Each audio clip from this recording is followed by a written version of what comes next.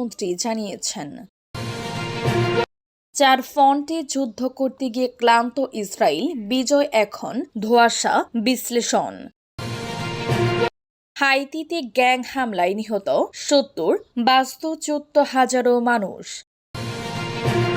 মধ্যপ্রাচ্যে হাজার হাজার মার্কিন প্যারাট্রুপার, খারুক দ্বীপ কি হাতছাড়া হচ্ছে ইরানের। প্রমিস 488তম ধাপে ইসরায়েলি জাহাজ মার্কিন মেরিন সেনাদের উপর হামলা।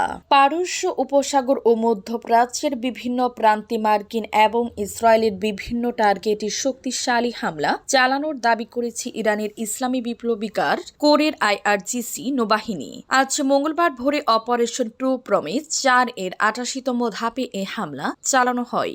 IRGCর জনসংযোগ বিভাগ থেকে প্রকাশিত বিবৃতিতে জানানো হয়েছে, এই অভিযানে অন্তত নিখুঁতভাবে শত্রু পক্ষের একাধিক কৌশলগত অবস্থান ধ্বংস করা হয়েছে।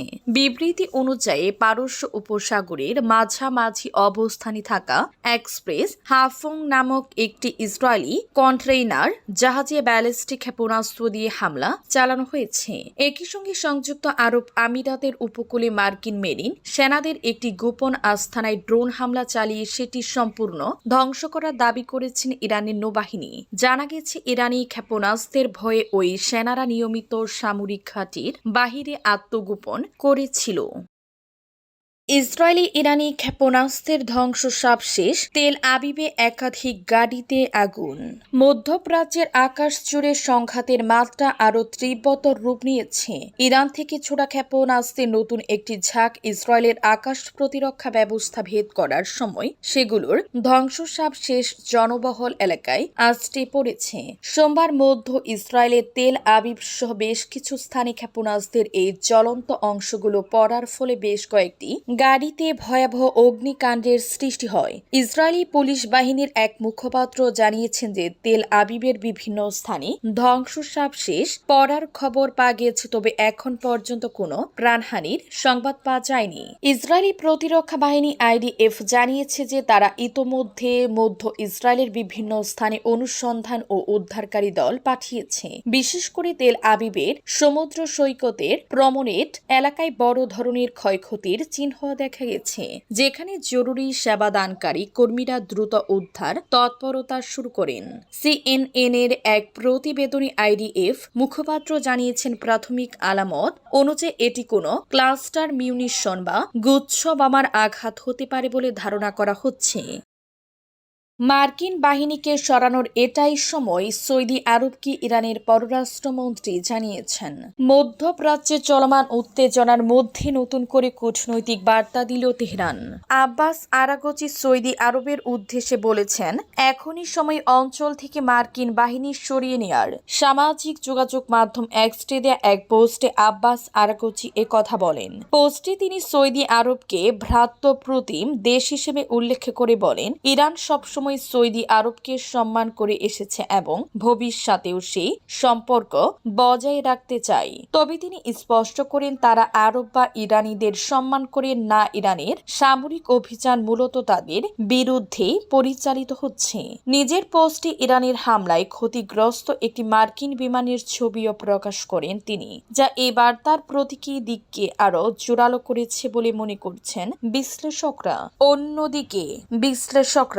অন্যদিকে সংঘাতের সম্ভাব্য সময়সীমা নিয়ে নতুন মন্তব্য এসেছে ওয়াশিংটন থেকেও। যুক্তরাষ্ট্রের প্রেসিডেন্ট ডোনাল্ড ট্রাম্প মনে করছেন, ইরানকে ঘিরে চলমান সামরিক অভিযান 4 থেকে 6 সপ্তাহ পর্যন্ত স্থায়ী হতে পারে। হোয়াইট হাউসের প্রেস সেক্রেটারি ক্যারোলিন লেভিট এক সংবাদ সম্মেলনে জানান, প্রেসিডেন্ট ট্রাম্প শুরু থেকে এই সময়সীমার কথা বলে আসছেন এবং এখনও তার অবস্থানে কোনো পরিবর্তন হয়নি। তিনি আরো বলেন, ইরানের সঙ্গে কূটনৈতিক আলোচনা অব্যাহত রয়েছে এবং তা ইতিবাচকভাবে এগোচ্ছে। চার ফ্রন্টে যুদ্ধ করতে গিয়ে ক্লান্ত ইসরায়েল, বিজয় এখন দুরাশা বিশ্লেষণ। ইসরায়েল বর্তমান গাজা, লেবানন, ইরান এবং ইয়েমেন এই চারটি ভিন্ন ফ্রন্টে একযোগে যুদ্ধ চালিয়ে যাচ্ছে। দীর্ঘ সময় ধরে চলা এই সংঘাতের ধরন বিশ্লেষণ করলে দেখা যায় আধুনিক যুদ্ধের ইতিহাসে ইসরায়েল এখন সবচেয়ে জটিল পরিস্থিতির মধ্যে দিয়ে যাচ্ছে। তবে 2023 সালের 7 অক্টোবরের হামলার পর ইসরায়েলি প্রতিরক্ষা বাহিনী রণকৌশলে ব্যাপক পরিবর্তন এলেও এখন পর্যন্ত কোনো পক্ষই চূড়ান্ত বা নক আউট পরাজয়ের মুখোমুখি হয়নি। সম্প্রতি ইরানের ক্ষেপণাস্ত্র হামলার জবাবে ইসরায়েল এবং যুক্তরাষ্ট্র যৌথভাবে ইরানি লক্ষ্যবস্তুগুলিতে ধারাবাহিক অভিযান পরিচালনা করছে। ইসরায়েলি বিমান বাহিনী হাজার হাজার অভিযান পরিচালনা করে ইরানের সামরিক অবকাঠামো এবং ব্যালিস্টিক ক্ষেপণাস্ত্র সক্ষমতা গুড়িয়ে দেওয়ার চেষ্টা করছে। এই অভিযানের মূল লক্ষ্য হচ্ছে ইরানের সামরিক শিল্পকে দুর্বল করে দেওয়া, যাতে তারা ভবিষ্যতে বড় কোনো হামলার সক্ষমতা হারিয়ে ফেলে।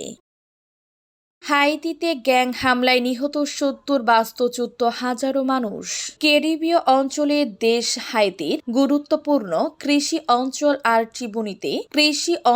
আর্টিবুনিতে সশস্ত্র গ্যাং হামলায় অন্তত 70 জন নিহত হয়েছেন বলে জানিয়েছে মানবাধিকার সংস্থা ডিফসার গ্লাস। এই হামলায় আহত হয়েছেন আরও অন্তত 30 জন। একই সঙ্গে শত শত ঘরবাড়ি পুড়িয়ে দেওয়া হয়েছে, ফলে কয়েক হাজার মানুষ হাজারো আহত, বাস্তুচ্যুত হয়ে পড়েছেন। মানবাধিকার সংস্থার বরাত দিয়ে আল জাজিরা প্রতিবেদনে বলা হয়েছে, এই হামলার প্রকৃত ভয়াবহতা সরাসরি হিসেবের তুলনায় অনেক বেশি। মানবাধিকার সংস্থার বরাত দিয়ে আল জাজিরা প্রতিবেদনে বলা হয়েছে, এই হামলার প্রকৃত ভয়াবহতা সরকারি হিসেবের তুলনায় অনেক বেশি। যেখানে প্রাথমিকভাবে সরকারি সূত্রে নিহতর সংখ্যা 16 জন বলা হয়েছিল, সেখানে সংস্থাটি বলেছে মৃতের সংখ্যা অন্তত 70। স্থানীয় বাসিন্দা ও কর্মকর্তাদের বরাত দিয়ে জানা যায়, রবিবার ভোরে জোদিনী এলাকায় আশপাশের গ্রামগুলিতে হঠাৎ করে হামলা চালায় গ্যাং সদস্যরা। ভোরে নিরাপত্তা ভেঙে গুলির শব্দ, আগুনের লেলিহান শিখা আর মানুষের চিৎকারে আতঙ্ক ছড়িয়ে পড়ে পুরো এলাকায়। হামলাকারীরা বাড়ি ঘরে আগুন ধরিয়ে দেয়, লুটপাট চালায় এবং নির্বিচারে হামলা করে। এই তাণ্ডব চলে টানা সোমবার ভোর পর্যন্ত। মধ্যপ্রাচ্যের হাজার হাজার মার্কিন প্যারাট্রুপার খারক দ্বীপকে হাতছাড়া হচ্ছে ইরানের। ইরান ও যুক্তরাষ্ট্রের মধ্যকার চলমান সংঘাত একসময় মোড় নিতে শুরু করেছে।